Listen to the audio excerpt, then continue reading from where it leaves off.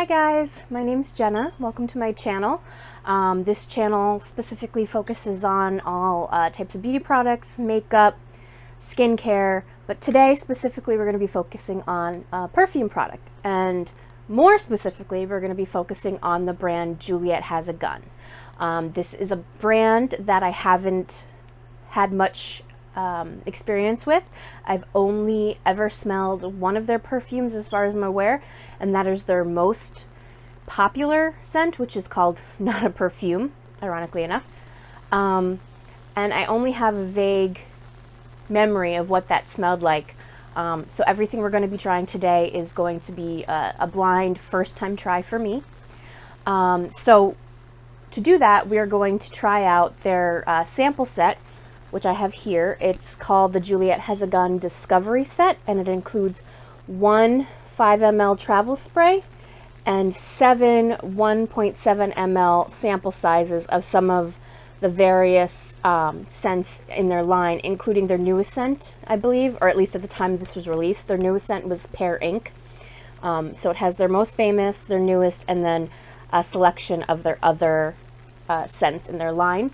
And this set I got from Sephora. It's $25, and I think it's a really great way to try out a bunch of different scents from a brand that you don't have any experience with, because you can try out different scents, figure out which ones you like without really wasting your money, especially now in these days and times where there's not a lot of sample sprays out, or you have to ask the clerk to spray the sample spray for you.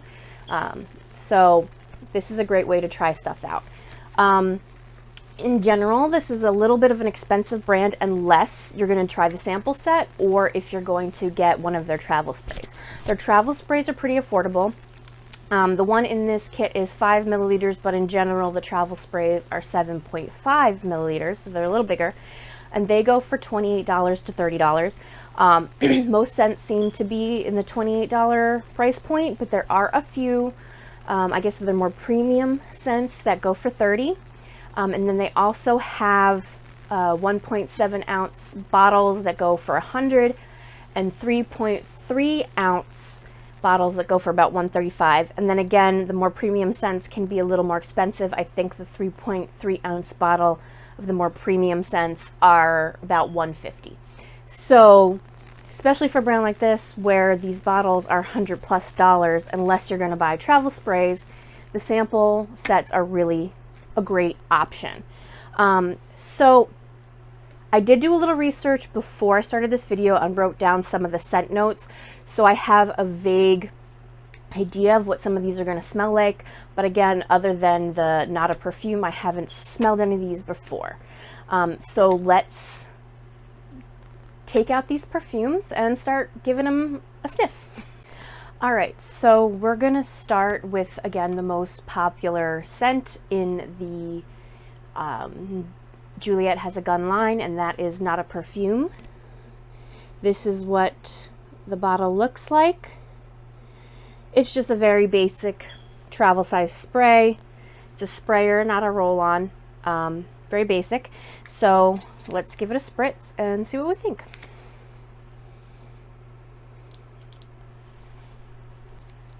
Okay, so this is vaguely what I remembered it to smell like. It is very clean. It's very fresh smelling.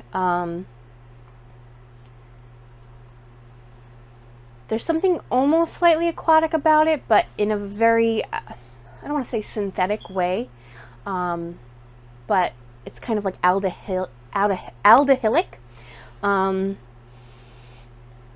It's nice. It's not too strong. I mean, I only did one light spray, so I can't really speak to whether it would be a perfume that you could spray 10 sprays and not be overwhelmed. But the one spray is not overwhelming. It's nice. It's light. It doesn't lean too feminine or too masculine. I think it's a very unisex smelling scent. It's actually listed as a perfume, so something specifically for women, but I personally think that it smells like it could be fine for a man or a woman. You know, it doesn't lean in one direction or the other. It just kind of smells clean, fresh, like you stepped out of the shower and you maybe just have a little bit of like a soap scent emanating from you, which is odd because the notes of this perfume are ambroxan and something called cetilox or cetilox. I don't know how to pronounce it. And ambroxan is like a chemical substitute for dark amber, and cetilox is a woody amber musk. I don't smell amber in this at all. I don't know, do any of you have a similar experience if you've tried this before? I don't smell amber in it. I don't really smell anything musky. I mean, I guess the only way you could say it smells musky is because it smells kind of like you're fresh out of the shower. So maybe it's giving you like that clean skin scent, but not musk in the traditional scent that you would expect in a perfume. I don't really like musk or amber in perfumes. Those are two of the scent notes that turn me off the most or tend to disrupt a perfume scent for me that I might otherwise like. So the fact that this is supposed to be an amber musky scent, I kind of thought I might not like it, but that's not the vibe that I'm getting from it. I'm just getting very clean, fresh scent, which is great. I like it. I would wear this. So I guess I would rate this, I'd rate this an 8 out of 10. I'm not in love with it. You know, I'm not, maybe 7 out of 10. I'm not in love with it. I'm not wowed by it. I don't think it's anything particularly unique or spectacular. And it's an uncomplicated perfume, which I kind of appreciate about it, because some perfumes I think try to do too much, and that's where they can go wrong. But I think it's a great everyday type of perfume. I think you could wear this to the office. I think you could wear this to run errands. I think you could wear this anywhere, and it would be appropriate. You know, I don't think it would be offensive. I don't think it would give off any sort of vibe other than clean and fresh. So I like this. All right, our next scent we have here, this is their new scent, at least at the time of the releasing of this set. This is their new set, Pear Ink. I'm assuming this is going to smell like pear, with a name like that. So let's give it a spray and see what we think about this one. So, sprayed a little too much there. My fingers, it's getting on my fingers. My fingers are going to smell a mess at the end of this. Okay.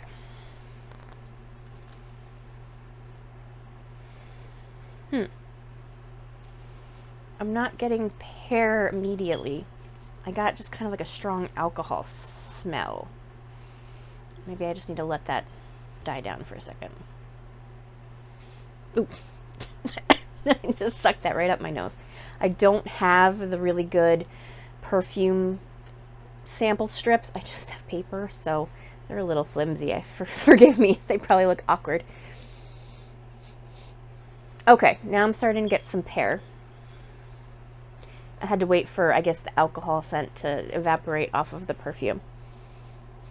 By the way, all perfumes have alcohol, if you weren't aware, so sometimes that's what you'll get on immediate spray. Okay. There's pear. I don't know if I would have immediately identified it as pear if I didn't know that it was called Pear Ink, but definitely a fruity note. I may have said apple, but they're similar. There's something creamy to it. Like there's a creaminess under the fruity.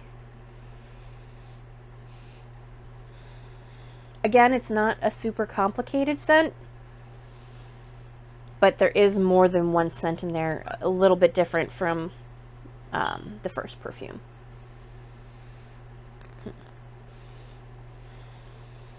So let me look at my notes and see what's actually in here.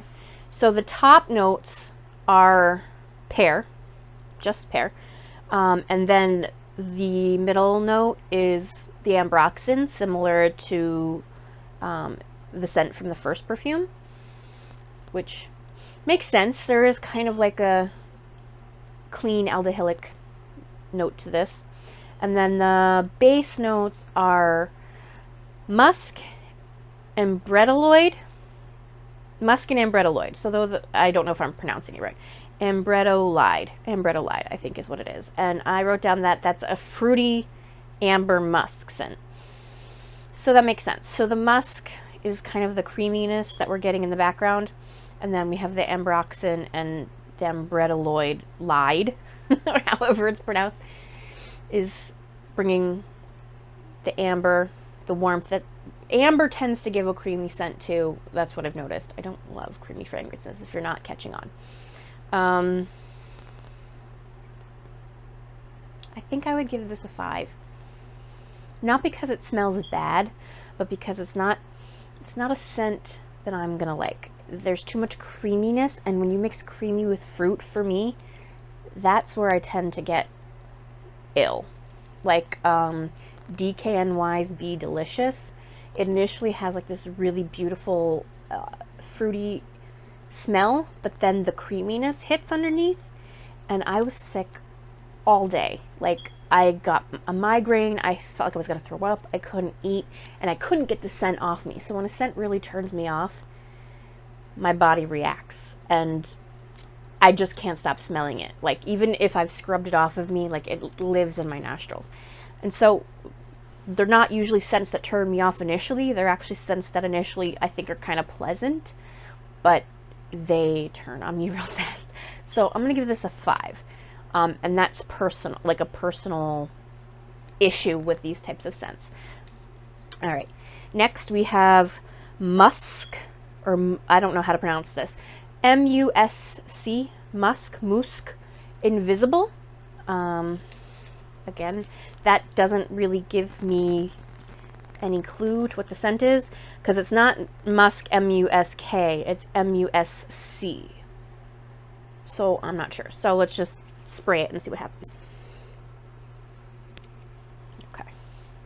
Okay. Okay, it's getting sweeter. Spicier. So there's like a spice to it. There's a sweet and a spice, and maybe like a baby powder kind of scent. Maybe cinnamon, baby powder, some sort of fruit on the top, and then I think there's probably musk underneath, because there's a creaminess to all of this as well. Okay, so I'm gonna look and see what notes I wrote down. I am totally off the mark. I was right about the musk. The musk is the base note. It's white musk, but the only other 2 notes in this are jasmine is the top note and cotton flower. So cotton flower is the middle note. That's probably where I'm getting like a baby powder scent. I don't know where I got cinnamon from, but I'm still smelling cinnamon. Maybe that's jasmine? Maybe that's just the jasmine mixed with the cotton flower, mixed with the baby powder. It's just turning it to cinnamon for me. Missed the mark on that one completely. That's embarrassing. It's it's nice though. I don't know that it would be for me. I would have to try this on my skin to see how it sat with my skin chemistry. Because again, it's a nice, fresh, powdery scent.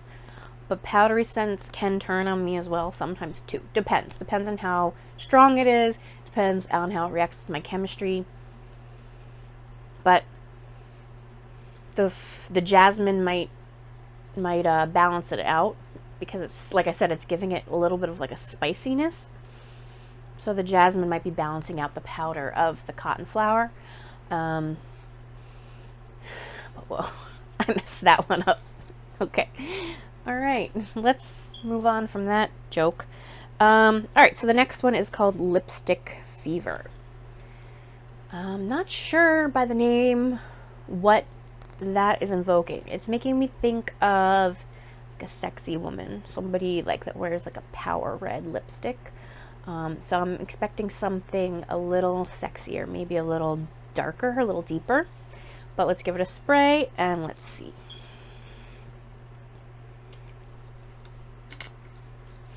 I can smell it already, and that's what I'm getting. Okay. Okay. Yeah, okay. It's a little darker. It's not super dark. It's not super deep, sexy, spicy, but it is a little darker. But there's a fruitiness to it. I think there's violet in here because it's reminding me, there's a note in here that's reminding me of Guerlain Insolence, and I think violet is a major note in that, and it's smelling like insolence, which, by the way, I don't know if anybody else agrees with me. I haven't heard anybody else say this, but I think Guerlain Insolence smells like frickin' Swedish fish. The candy, not the actual fish, but the candy Swedish fish. Does anybody else think that it smells like Swedish fish? Because I asked somebody once to sniff it on me. I'm like, doesn't this smell like Swedish fish? And they looked at me like I was nuts. But I swear it does. And I'm getting that note in here. I'm getting a little Swedish fish note in here. I think it's the violet. But yeah, this is a little darker. There's less creaminess to it and a little more like depth. There's definitely some sort of fruit in here. And obviously violet and probably some other florals. There's probably a musk in here, but it's not super musky.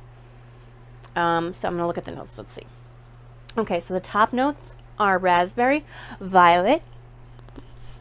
I just redeemed myself from the last one. And then the middle notes are iris, patchouli. Okay, patchouli I think is what's deepening this up a little bit. And then cedar. Cedar's deepening it up as well. And vanilla. So there's no musk, but vanilla might be what's giving it that like slight bit of creaminess, though it's not a super creamy scent. It's more the patchouli and the cedar, because patchouli is kind of like a dirty scent. So if you want to make something a little darker, a little sexier, sometimes you can add patchouli. Not too much, because you can make it too earthy, but if you add patchouli, you can get a little bit of like that sexy vibe. I kind of like that.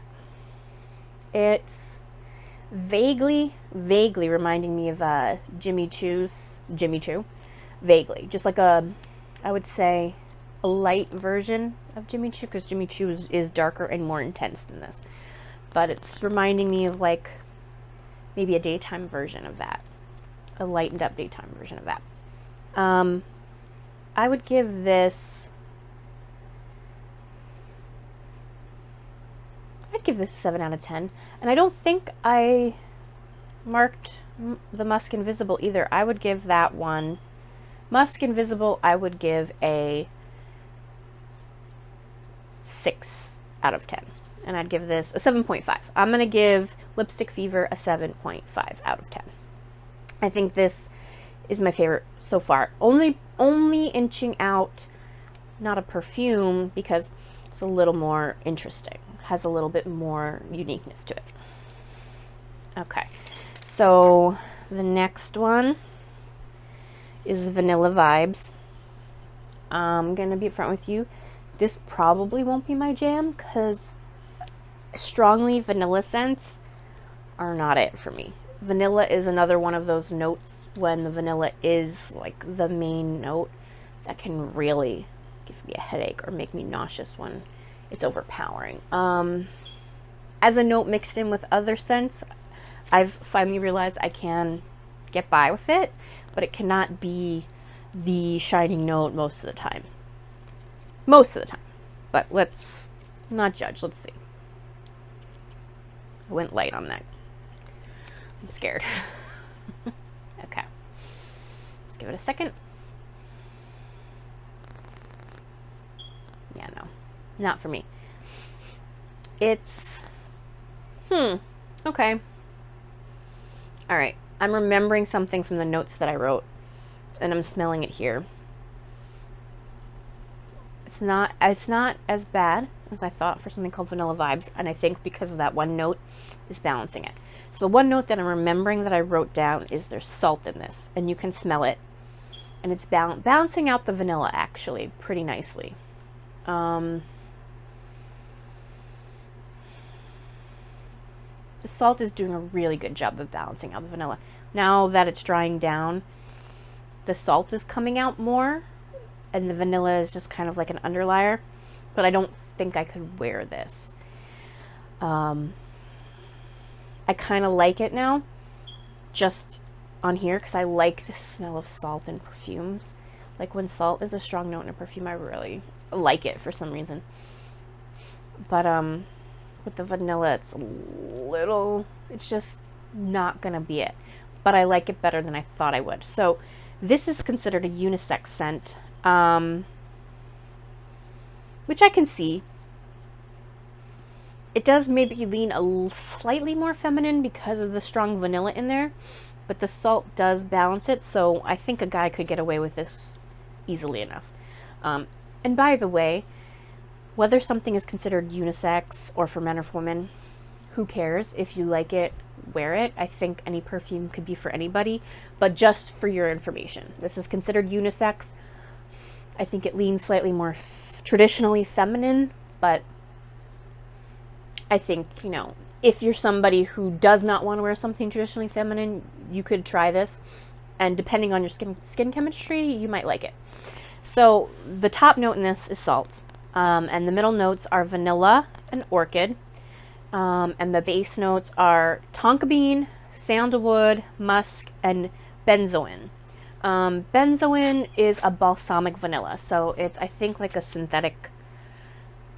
I'm not sure if it's synthetic, don't take my word for it, but it's a scent that is of a balsamic-y, when I say balsamic, I don't mean like balsamic vinaigrette, like balsam wood, so it's like a woody vanilla. So there are some masculine notes in there, like a woody vanilla could be masculine, sandalwood can be masculine, salt can be masculine, so there is a good balance of traditionally masculine and traditionally feminine scents. So I can understand why they label this unisex. So I would give this, I'd give it a 6. I like it. And as it dries down, the vanilla is chilling out. So I'm appreciating it, but I don't think I could wear it just knowing my history of reaction to vanilla scents. But I give it a 6. Okay. And then our next one is Not a Perfume Super Dose. So this is like their absolute version of Not a Perfume. You know, when perfumes have a very popular perfume and then they make a similar version but in a stronger one, and they'll call it like light blue, and then there's light blue intense. So I'm expecting this to be a power shot of Not a Perfume, which I'm thinking might be too strong for me, but let's see. Oh, sprayed too much. Alright, let's give it a second, because I think I sprayed a lot. Okay. It's too much. Being a little dramatic, but I kind of sucked that up into my nostrils, and it was a little strong. This is the very chemical version of the first one, at least on first sniff. I'm trying to give it a second to dry down to give it a fair shot. Okay. Okay. It's calmed down. That was a dramatic first sniff.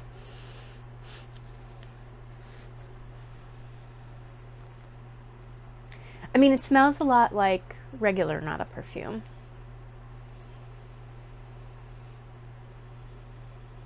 Maybe a little deeper.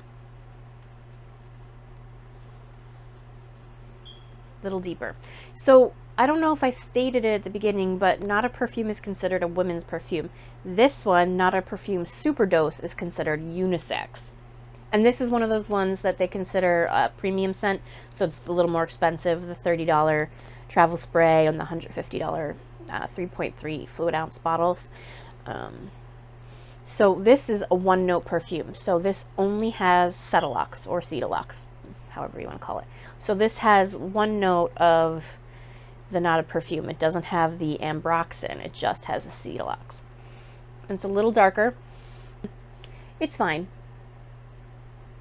It's fine. I'd give it a 6. I think the original one is better.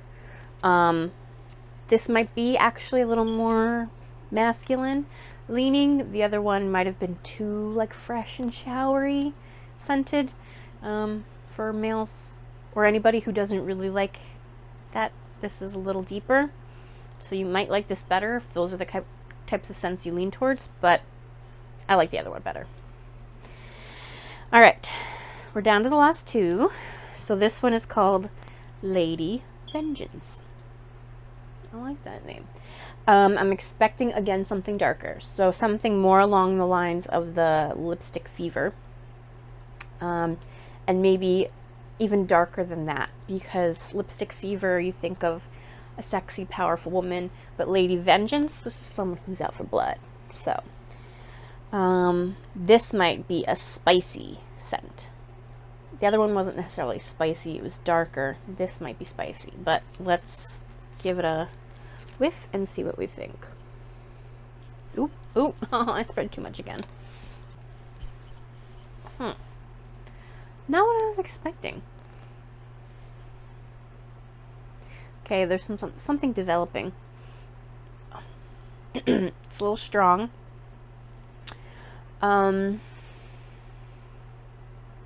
Floral, surprisingly.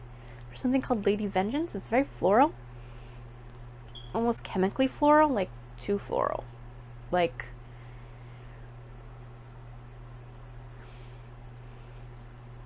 you're getting punched in the face with a bouquet of roses or something. I need to get the real strips because I can't keep sucking these things up into my nostril.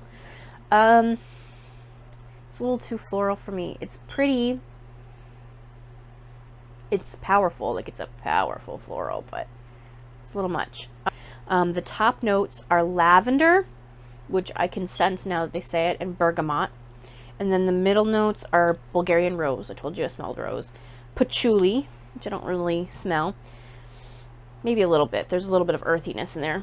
And then something called ESO, E-Super, which I wrote is a synthetic woody amber. And then geranium. And then the base notes are white musk, ambroxan, and vanilla. It's starting to get a little powdery. Very floral, though. It's too floral for me. I think I'm going to give it... I think I have to give it a 6. I like the scent, but it's too strong. I couldn't wear this. That would give me a headache. So if things are too floral, it really, really gives me a headache. Like, All right. So the last one that we have is just called like MMMM ... I don't know. I'm thinking something sweet, something that might smell like a pastry or candy. When I hear that's what I think, at least when it comes to perfume. I don't have anything else to guess, so let's just spray it and see. Oop. Yeah, it's like a creamy sweetness. Probably vanilla, like I said, probably some sort of floral, probably some sort of musk.